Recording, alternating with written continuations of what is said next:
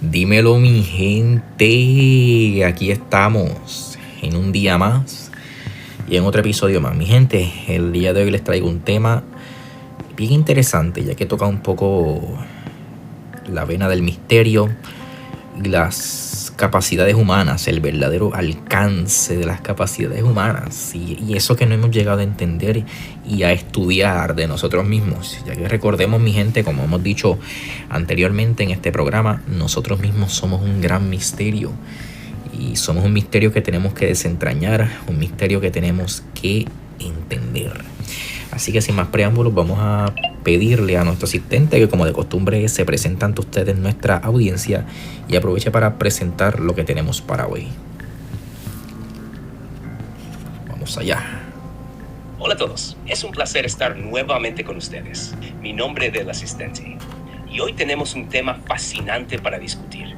En este episodio vamos a hablar sobre un artículo muy interesante titulado Una aproximación hacia el entendimiento de la parapsicología, escrito por los autores MSC, Ronvis Rafael Fundora Díaz, Rodney Mauricio Jiménez Morales, MSc, Mademoiselle Pulgar Peña, MSc, Dayemi Barrios Solares y Liz, Juan Rogelio Caramezuita, publicado en el año 2008. Este artículo aborda los fundamentos y conceptos generales de la parapsicología, un campo que explora fenómenos como la percepción extrasensorial y la psicoquinesis. Vamos a profundizar en cómo los autores definen este campo, los diferentes enfoques que se utilizan para estudiar estos fenómenos y su impacto en diversas disciplinas científicas. Así que quédense con nosotros, porque tenemos una conversación realmente intrigante por delante. Y bueno, mi gente, como pudieron escuchar, el tema de hoy es la parapsicología, un poquito de telequinesis y esas capacidades mentales que presumimos o entendemos desconocer del ser humano. Vamos a dar una pequeña introducción antes de pasar a los puntos importantes, mi gente. Y para mí es importante que comencemos esta conversación entendiendo lo siguiente. Con el mundo pasa algo extraño, mi gente, ya que es un lugar grande y pequeño al mismo tiempo. Sé que suena extraño lo que les estoy comentando, pero el mundo es un lugar grande y pequeño al mismo tiempo en el cual pasan cosas. Ponte tú en los zapatos de, por ejemplo, un gobierno o una administración política o empresarial, lo que sea. O mejor aún, para que lo entiendan, un líder. Un simple líder, un líder de comunidad, un líder comunitario. Este tipo de personas tienen un gran peso, mi gente. Un gran peso de mantener la rectitud, de mantener la esperanza, de mantener la moral. En un mundo que no entendemos. En un mundo que constantemente está expuesto a peligros. Y estos líderes tienen esa responsabilidad de decir, ok, yo tengo un grupo de personas a mi cargo, a mi responsabilidad, porque yo soy el líder. Y más allá de simplemente ser la figura dominante, yo tengo que ser la figura que mantenga el grupo unido y que también le recuerde al grupo por qué somos humanos, qué nos hace ser humanos. ¿Cómo yo hago eso? A través de mis acciones. Si yo soy congruente con mis pensamientos y mis acciones, yo tengo gran parte de la vida resuelta, siempre y cuando estos no hagan daño a nadie. Obviamente la gente va a tener distintas opiniones, pero aquí lo importante es entender que en un mundo tan caótico, porque claro, ya lo habíamos mencionado anteriormente en otros episodios. Ahora mismo nosotros estamos aquí, yo estoy aquí en el estudio grabándoles el episodio y yo tengo, ¿verdad?, mi vaso de agua y yo estoy cómodo, yo estoy con mi aire acondicionado, yo estoy en mi escritorio y estoy aquí grabándoles este episodio. En otra parte del mundo hay otra persona que está en la pobreza y trabajando y sobreviviendo como puede. ¿Vivimos en la misma realidad? Sí, pero son realidades distintas, sí. Podemos decir que estamos experimentando la misma realidad de maneras distintas, sí, pero también podemos decir que estamos experimentando realidades distintas. ¿Por qué? Porque yo no formo parte del pensamiento ni de la vida de esa persona que está experimentando y viviendo un escenario diferente al mío. Por ende, también los filósofos dicen que la realidad es subjetiva, que cada cual mira y percibe la realidad de manera diferente porque cada cual vive una realidad diferente. Y no es hasta que te encuentras con otra persona que tal vez compartes la realidad. Por lo cual se presume que cada persona es dueño de su propia realidad individual. Esto es solamente una teoría. Porque hasta donde sabemos, todos compartimos la misma realidad, compartimos el mismo mundo, pero con experiencias diferentes. Esto que yo acabo de exponer es una teoría. ¿Qué tiene que ver todo esto con la parapsicología? Sencillo, mi gente.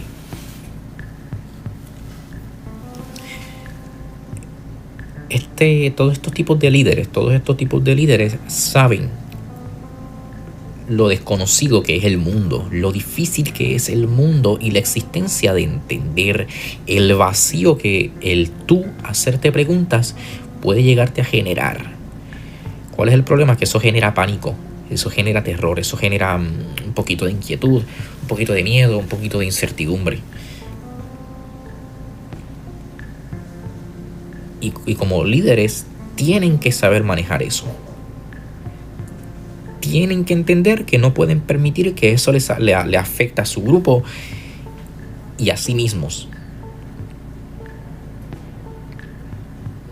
Por eso muchas veces, mi gente, las verdades se ocultan. Y ojo, no es que esté bien o esté mal ocultar la verdad. Es que simplemente todo tiene su momento. Pero nada, retomaremos esto según continúe avanzando el episodio. Ahora sí, vamos con el primer punto importante. Perfecto. Vamos con el primer punto importante del día. Definición y enfoques dentro de la parapsicología. Este punto trata sobre cómo el artículo aborda la parapsicología, ofreciendo una definición clara y explorando los enfoques científicos y filosóficos utilizados para estudiar fenómenos tan intrigantes como la percepción extrasensorial y la psicoquinesis.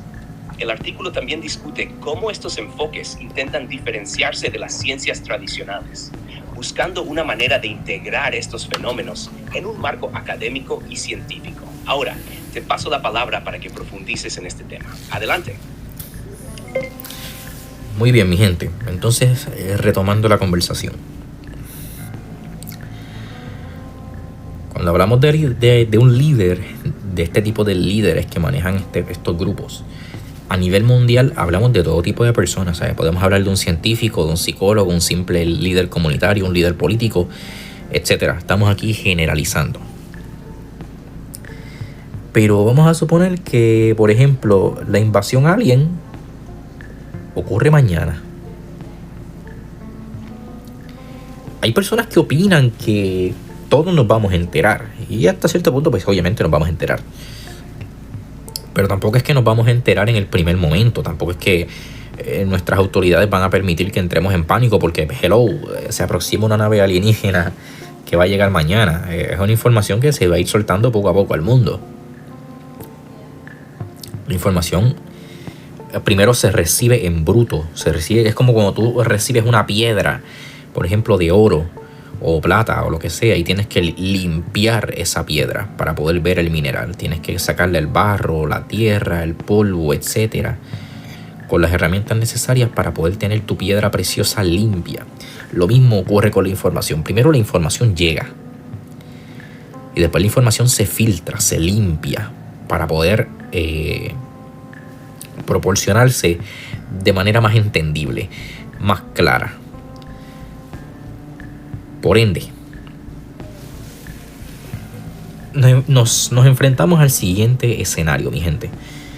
Y es que si alguno de ustedes en nuestra audiencia es historiador y sabe un poco de historia, yo no soy historiador, yo no sé mucho de historia, pero si alguno en nuestra audiencia sí, entenderá que la historia humana está llena de misterios y de partes faltantes en el rompecabezas. Esto es un alboroto.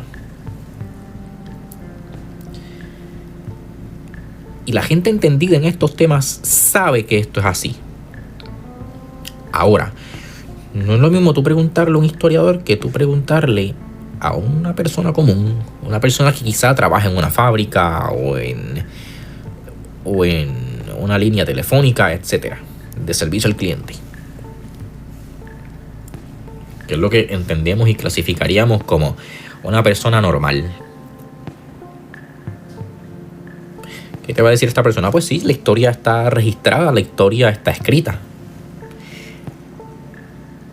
Porque pues la persona durante su carrera académica o carrera estudiantil le contaron ciertas partes de la historia. En los libros de historia que nosotros teníamos en la escuela o en el instituto o en el colegio, etcétera, obviamente no te cuentan por completo lo que es y lo que fue la historia. Por ende, nosotros tenemos una construcción incompleta. Y, ojo, hay gente que se aventura a decir que la comprensión de la historia es falsa. Y eso es aventurarse demasiado. Yo creo que no. Yo creo que sí, la información que aparece en esos libros es verídica. Es verídica porque no tienes, tú como nación, no tienes motivos para darle una información equivocada a tus estudiantes. Tú como gobernador, tú como país no tienes motivos para eso. Tú como líder no tienes motivo para eso. La gente necesita saber, necesita conocer su historia para no cometer los errores del pasado. Así que yo en lo personal no le veo lógica a eso, pero tampoco podemos negar que la información que aparece en los libros de historia comunes que nosotros tenemos es incompleta. Hay partes de la historia que no se han cubierto y aquí entra la parapsicología. Porque desde mucho tiempo antes se lleva hablando de la medicina. Hace mucho tiempo ya que se diseccionan cuerpos humanos para estudiarlos, ¿sabes? Hace mucho tiempo que el cuerpo humano dejó de ser un misterio en ciertos aspectos. Hace bastantes siglos atrás que la humanidad entró en una búsqueda de entender el cuerpo humano. Claro, se sabía muy poco. La gente tomaba mercurio y moría, obviamente, porque en aquellas épocas, por ejemplo, Edad Media, no se sabía que el mercurio era venenoso. En la época victoriana tampoco se sabía que el mercurio era venenoso y otro sinfín de métodos. Otro método que podemos mencionar, las lobotomías.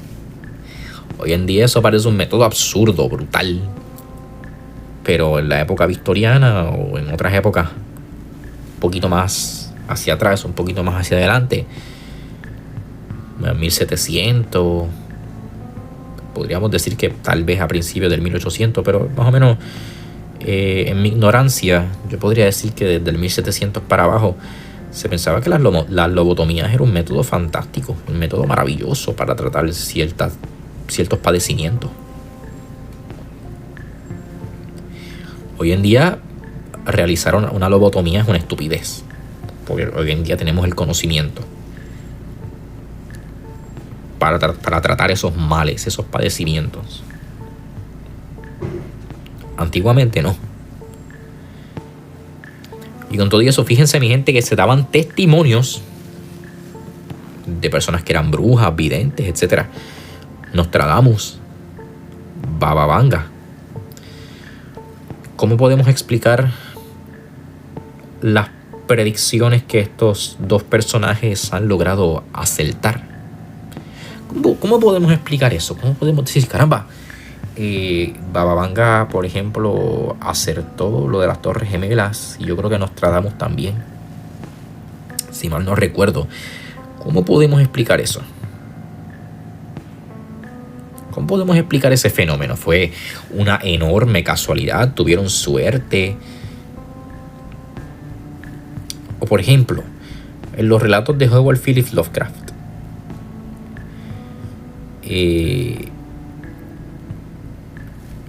yo si mal no recuerdo, en uno de sus relatos, que no recuerdo cómo se llama, había un hombre que tenía sueños, supuestamente de otras realidades alternas en la cual él podía ver otro tipo de criaturas, seres vivos, que habitaban otras dimensiones. Y este hombre, yo creo que era la llave de plata. Y este hombre, pues quería saber qué era esto, quería ir más allá. Y también quería recuperar sus sueños, porque según este hombre iba creciendo y iba siendo afectado por lo mundano de este mundo terrenal, pues él iba perdiendo esa capacidad de soñar que estaba estrechamente ligada a la llave de plata. Él quería recuperar eso. Claro, ¿qué nos está diciendo Howard Phillips Lovecraft aquí? Coño, que hay gente que sueña. Y esos sueños son muy extraños porque son sueños premonitorios. Estoy seguro que a algunos de ustedes les ha pasado con algún familiar o ustedes mismos que han tenido este tipo de experiencias de que, por ejemplo, su mamá, su abuelita soñó algo y te dice: tal día no vayas para acá, tal día no hagas esto porque yo soñé que va a pasar esto, lo otro. Y tú vas y en efecto termina ocurriendo eso que te advirtió tu mamá, tu abuelita. Y tú dices: pero caramba, ¿cómo es esto posible? ¿Qué pasó aquí? ¿Cómo yo puedo explicar esto? ¿Qué hizo el cerebro humano aquí? ¿Cómo influyó el cerebro humano aquí? ¿Cómo esta persona fue capaz de, por así decirlo, predecir el futuro? Podemos introducirnos también a los famosos déjà vus. A mí me han pasado los déjà vus. Esta sensación de que, caramba, yo he estado en este sitio, yo he estado en este lugar. O yo como que recuerdo a esta persona, yo como que recuerdo este lugar. O mejor aún, los supuestos casos de reencarnación. ¿Qué está pasando aquí? El cerebro humano es simplemente un receptor que filtra la verdadera realidad para que nosotros podamos entenderla. O simplemente traduce la realidad. Simplemente vivimos en una realidad con un cerebro al cual no entendemos. Pero claro, o sea, aquí hay gente que se hace la siguiente pregunta: caramba, pues entonces la conciencia ¿está dentro del cerebro humano o está fuera del cerebro humano? ¿Dónde está la conciencia? ¿El cerebro humano funciona de manera inalámbrica o funciona de manera análoga? ¿La conciencia está directamente albergada en el cerebro o no? La conciencia quizá está fuera del cerebro, en otra parte. Y el cerebro simplemente, como mencioné anteriormente, es un receptor.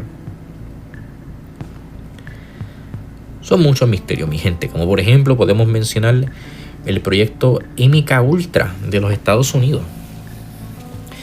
Un proyecto el cual recogía personas. Y aquí entró directamente la parapsicología. Porque ellos reclutaban hacia los mejores científicos del mundo, a los mejores expertos del mundo en diferentes disciplinas científicas ligadas a la psicología, para recoger personas alrededor de todo el mundo que tuvieran supuestamente estas habilidades psíquicas, estas supuestas habilidades sensoriales. Y lo que ellos querían hacer era lo siguiente, mi gente: ellos tomaban una persona que tenía estas supuestas habilidades y hacían experimentos, hacían pruebas. ¿Por qué? Porque ellos querían llegar a obtener la visión remota. Es decir, ellos sentaban a la persona y, por ejemplo, querían saber dónde estaba Rafael. Pues, ¿qué hacían ellos?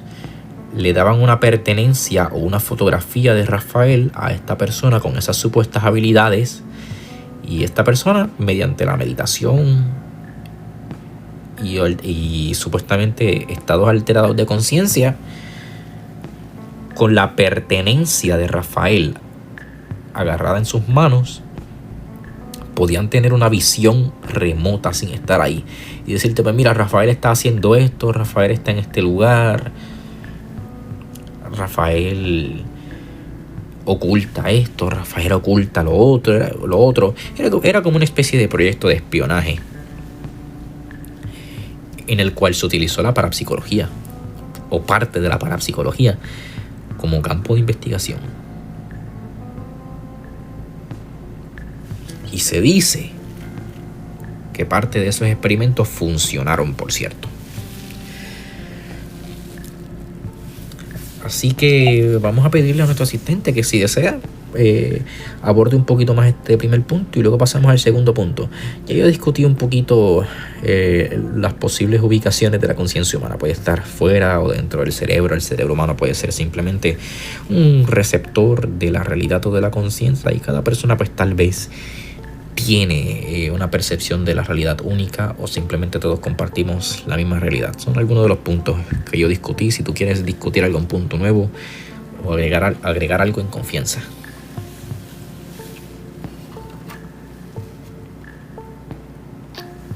Vamos a ver. Claro. Para complementar lo que mencionaste, es importante destacar que dentro de la parapsicología, una de las grandes preguntas que surge es precisamente la ubicación y naturaleza de la conciencia. ¿Acaso hay una realidad única que todos compartimos? ¿O cada persona está percibiendo una realidad modificada, influenciada por factores como la conciencia o el subconsciente? Estos temas son fascinantes y sin duda abren el camino a debates profundos sobre la naturaleza de la percepción humana y la conciencia. Con esto ya te dejo para que sigamos con el segundo punto importante. Muy bien, pues vamos allá. Pasemos al segundo punto importante. Vamos allá. El segundo punto importante que vamos a abordar es la relación entre la parapsicología y las ciencias tradicionales. En este punto, el artículo explora cómo la parapsicología ha sido vista históricamente por la comunidad científica y cómo se ha intentado integrar o diferenciar de las ciencias más establecidas, como la psicología y la neurología. Además, se discute la controversia que rodea a la parapsicología debido a su enfoque en fenómenos que, en muchos casos, no se pueden medir de manera objetiva o reproducible, lo que genera escepticismo en la comunidad científica. Este tema es clave para entender cómo la parapsicología intenta ganar legitimidad y reconocimiento en el ámbito académico y científico, a pesar de los desafíos que enfrenta. Ahora, te paso la palabra para que profundices más en este tema. Muy bien, mi gente. ¿Qué opinión tiene la ciencia tradicional sobre la parapsicología? Pues mira, aquí no está ocurriendo lo mismo que ocurre con la astrología. Para nada. La parapsicología está en un punto o en una percepción muy diferente respecto a las ciencias tradicionales. No es una pseudociencia. Bueno, en teoría sí, pero ya no se percibe tanto como una pseudociencia, sino que se sabe que tiene algo de verdad. Por lo tanto, hasta cierto punto sigue siendo una pseudociencia. Una pseudociencia que se está comenzando a ver con otros ojos. Por ende, la parapsicología sí se investiga y sí se toma con cierta seriedad, pero digamos que no está completamente aceptada por la ciencia más tradicional. ¿Por qué? Porque la ciencia tradicional busca cosas tangibles, cosas comprobables, busca números, busca datos, busca cosas que tú puedas oler, sentir, tocar, ver. Que tú puedas oler, que tú puedas percibir con tus 5 sentidos. Mientras que la parapsicología explora cosas que van más allá de los 5 sentidos. La parapsicología explora otros posibles sentidos que el ser humano puede tener, que aún no están 100% comprobados. Sí, aún no están 100% comprobados, pero se sabe que hay algo. Las investigaciones han arrojado cosas Por lo tanto, esto deja a la parapsicología en un punto bien interesante, en un punto diferente, porque no podemos decir como que esto es una falacia y ya. No, es algo que está en transición, en un periodo de transición. Así que, resumidamente, para el que lo quiera entender de manera resumida, la ciencia común busca datos empíricos y comprobables. Datos empíricos, comprobables y palpables con los 5 sentidos, a los cuales se les pueda aplicar el famoso método científico. La parapsicología también, pero la parapsicología también está dispuesta a explorar otras alternativas, otras opciones dentro de la psiquis humana y las capacidades del cerebro humano. Explora otras cosas que van más allá de la ciencia tradicional. Cosas que la ciencia tradicional por ahora no acepta del todo. ¿Por qué? Porque ¿cómo yo puedo medir, por ejemplo, una reencarnación? ¿Cómo yo puedo medir una telequinesis? ¿Cómo yo puedo medir una visión remota? Una persona que se pone a meditar y puede ver lo que otra persona está haciendo. ¿Cómo yo puedo medir una persona que puede supuestamente predecir o ver el futuro? ¿Qué ecuación matemática yo utilizo para medir eso? ¿Cómo yo puedo sentir eso? ¿Cómo yo puedo palpar eso? Es algo subjetivo. La otra persona me dice supuestamente lo que está viendo y está en mí comprobar si eso es cierto o no es cierto, pero yo no puedo ser partícipe de su experiencia. Porque ahora mismo, por ejemplo, tú tocas, qué sé yo, una mesa. Y tú estás tocando la mesa y me la puedes describir. Pero ¿qué pasa? Que yo también puedo ser partícipe de tu experiencia de tocar esa mesa. Ahí tú y yo estamos compartiendo realidades, estamos compartiendo una experiencia. Estamos tocando ambos la mesa. Por lo tanto, sí, ambos vamos a tener percepciones diferentes de lo que significa tocar esa mesa, de la textura de la mesa, inclusive del olor de la mesa, del material de la mesa. Pero vamos a estar tocando la misma mesa. Y estamos viviendo experiencias similares, o prácticamente la misma experiencia, pero la interpretamos de manera diferente. Ahora dime tú cómo yo hago eso con alguien que es capaz de mover un objeto con la mente. Por ejemplo, un vaso. Imagínate que yo coloco un vaso en una mesa y yo le digo a la persona, ok, concéntrate, y con solamente el poder de tu mente mueve un poco este vaso.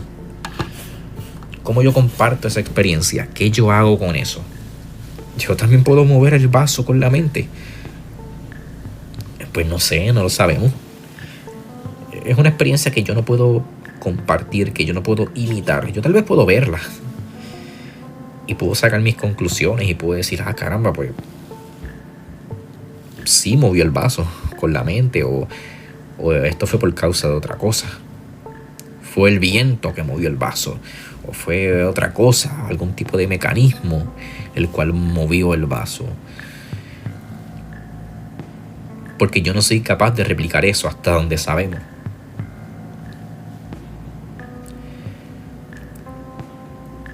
Por lo tanto, ese es otro de los puntos que tiene la ciencia tradicional para continuar, más o menos podría decirse que para continuar rechazando a la parapsicología. Si quieres abundar más sobre este punto en confianza, puedes hacerlo.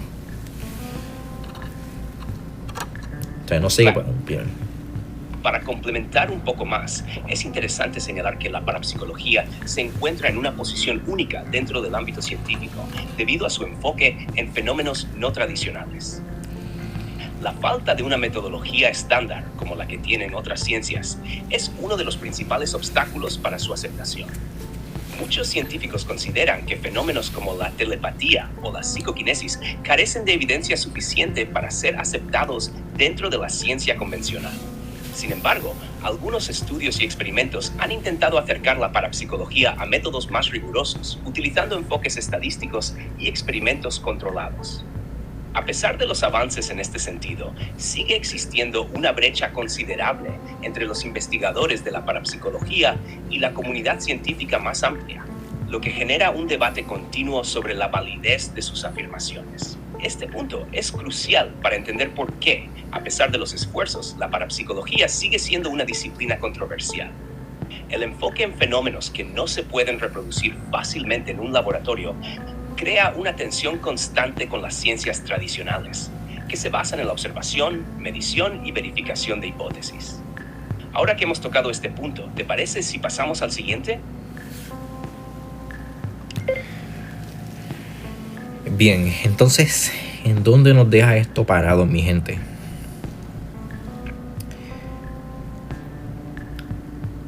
Sabemos que ocurre algo, pero en pocas palabras no sabemos cómo medir lo que ocurre, no sabemos cómo replicar lo que ocurre en un entorno controlado. En un entorno controlado que de hecho nos permita experimentar con lo que buscamos, en este caso con las capacidades humanas. Como mencionó nuestro asistente, al no poder replicar esto en un entorno controlado para poder repetirlo una y otra vez cuantas veces se nos antoje, pues para poder simplemente estudiarlo, pues por eso la ciencia no lo acepta totalmente. Pero ahora, ¿qué hacemos nosotros con esto? ¿Entramos en pánico? ¿Tratamos de entender lo que está pasando? ¿Qué hacemos? Ahí es donde entra lo que yo mencioné al principio, el líder.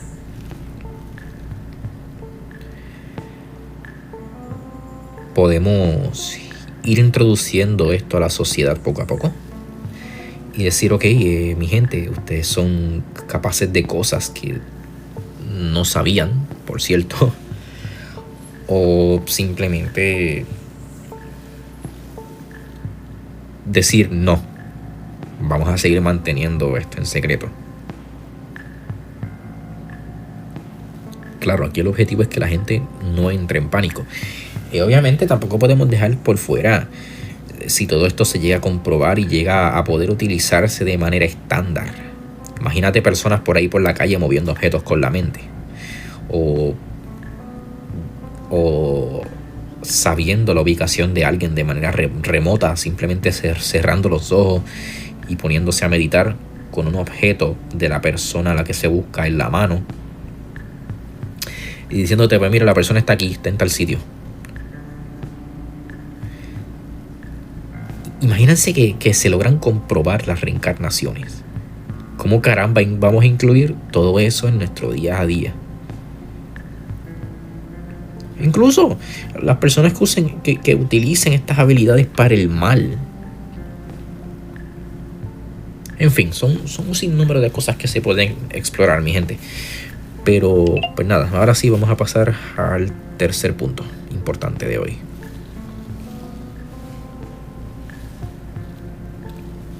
El tercer y último punto importante que vamos a discutir hoy es la influencia de la parapsicología en la sociedad y la cultura contemporánea. En este aspecto, el artículo aborda cómo los fenómenos paranormales y la parapsicología han capturado la imaginación del público en general, convirtiéndose en parte de la cultura popular. Películas, libros, programas de televisión y medios de comunicación en general han jugado un papel importante en moldear la percepción pública sobre la parapsicología. Estos medios han contribuido tanto a la fascinación como al escepticismo hacia los fenómenos paranormales, amplificando su presencia en la sociedad moderna.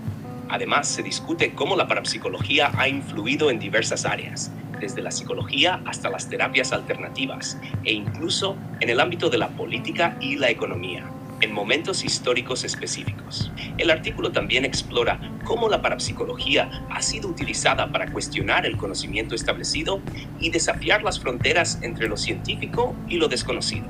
Con esto, dejamos este punto sobre la mesa para que puedas profundizar más en él. Ahí listo. Muy bien. De películas es facilísimo hablar. Por ejemplo, los cazafantasmas. Personas que acuden al llamado de las personas en la ciudad para cazar fantasmas, para cazar entidades que supuestamente hacen daño. Ellos acuden, van con su equipo y se encargan del espíritu de la entidad que afecta a ese lugar o a esa comunidad. Libros hay muchísimos. Ahora mismo uno que se me puede venir a la mente, del que hablamos anteriormente, La llave de plata de Howard Phillips Lovecraft, o otro libro bien interesante que habla de criaturas interdimensionales, Los perros de Tíndalos, también de Howard Phillips Lovecraft. Esto es un ermitaño que mediante unas drogas y la meditación logra acceder a la verdadera realidad. Logra acceder a la verdadera realidad y logra ver las verdaderas formas de vida. Porque resulta ser que nosotros somos una imitación de las verdaderas formas de vida, y nuestra dimensión y nuestra realidad y nuestra existencia es también una simple réplica, una simple imitación de la realidad real. ¿Y qué pasa? Que él, con el poder de su mente y de esas drogas, con la ayuda del poder de su mente y esas drogas alucinógenas, es capaz de romper mediante la meditación esas barreras y viajar a la verdadera realidad. Y una vez él está ahí en mente. Él no está ahí en cuerpo, él está ahí solamente en mente y alma, por así decirlo. ¿Y qué pasa? Que como él está ahí solamente en mente y alma, él es capaz de ver todo lo que está pasando, y él le va contando a su amigo para que su amigo transcriba. Y su amigo va transcribiendo todo lo que ve, y llega a un punto en el cual las formas de vida que habitan la verdadera realidad lo ven, y sabiendo que él no debería estar ahí, comienzan a perseguirlo hasta que él sale de ese trance y vuelve a nuestra realidad, y creyó que logró escapar. Y aún así está asustado, porque es consciente de que estas formas de vida originales, las verdaderas formas de vida, lo están siguiendo, lo están buscando. Y él dice: caramba, yo por así decirlo, abrí este portal, por así decirlo. Yo logré entrar a la realidad verdadera. Entonces, como yo hice eso, yo no habré generado un portal, una grieta entre nuestra realidad ficticia y la verdadera realidad. Esa grieta quizás pueda ser un medio de comunicación entre ambas realidades, por el cual esas criaturas puedan atravesar y matarme. Ese era el miedo de él. Y pues nada, se despiden, y resulta que a los dos amigos despedirse unos días o semanas después, no recuerdo muy bien, la persona que había hecho la meditación y había logrado acceder a la verdadera realidad apareció muerta.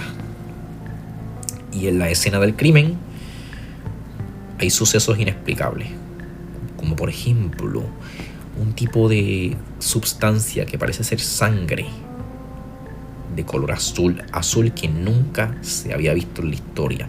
¿Y qué pasa? Que esta sangre, las células de esta sangre son inmortales, y la persona tenía heridas las cuales no correspondían a ninguna criatura que habite en el planeta Tierra. Y ahí se acaba la historia. ¿Por qué hago tanto énfasis en esta historia? Porque tocan un miedo particular del ser humano, y es aventurarse a lo desconocido. A todos eso nos genera miedo, a todos eso nos genera terror, porque lo desconocido es algo que no entendemos, es algo que te puede matar. De hecho, lo desconocido es algo que no entiendes y que te puede matar, ¿sabes? Vamos a ser honestos. Y aquí entra la parapsicología, mi gente, y quiero dejarles esta historia para que reflexionen y la utilicen como una gran metáfora, la cual pueden aplicar a lo que ustedes deseen. Pero les quiero dejar esta historia a forma de metáfora para que ustedes reflexionen y piensen y la apliquen a todo aquello que deseen.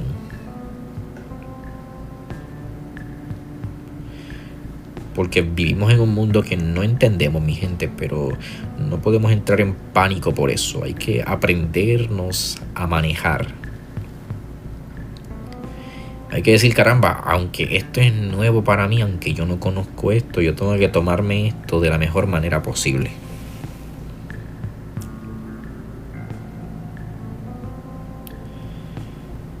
Otra gran película que podemos tocar, de Matrix, como quieran llamarle, es lo mismo, es exactamente lo mismo que acabamos de hablar ahora. Y me parece que tengo un episodio de este podcast hablando específicamente de esa película. Así que revisen y vayan a verlo por ahí. Por lo demás, mi gente, espero que el tema de hoy les haya gustado. Espero que les haya parecido útil. Este va a ser el nuevo formato de ahora en adelante. Hablaremos de artículos aplicando el método que teníamos anteriormente en este podcast. Lo que pasa es que simplemente en vez de enfocarlo a temas, lo vamos a enfocar a artículos. Y en la descripción de cada episodio les voy a dejar el enlace directo al artículo para que ustedes puedan leerlo y puedan hojearlo y puedan pues también dejarme su opinión respecto al tema, al artículo y cualquier otra cosa que quieran decirme. Si se me olvidó tocar algún punto, en algo que me equivoqué, en algo que olvidé mencionar, etcétera, en confianza me lo pueden dejar saber y yo pues lo corrijo y veo qué hago. También si quieren darme alguna sugerencia para algún artículo que quieren que yo discuta o algún tema que quieren que yo traiga en un futuro episodio, también me lo pueden dejar saber y yo si considero que es buen tema o es buen artículo, lo traigo. Por lo demás, mi gente, espero que les haya gustado, espero que les haya parecido útil. Cualquier cosa que quieran dejarme saber, opinión respecto a este artículo, a este tema, en confianza me lo pueden dejar abajo en los comentarios, mi gente. Y nada, espero que les haya gustado el episodio de hoy. Que yo soy anfitrión, sin nada más que decir, me despido y nuestro asistente también se despide. Casi se me olvida. Lo sentimos, ha ocurrido un problema. Anda. Anyway, nuestro asistente se despidió sin conexión. Pero nada, mi gente, ahora sí, su anfitrión, sin nada más que decir, se despide. Adiós.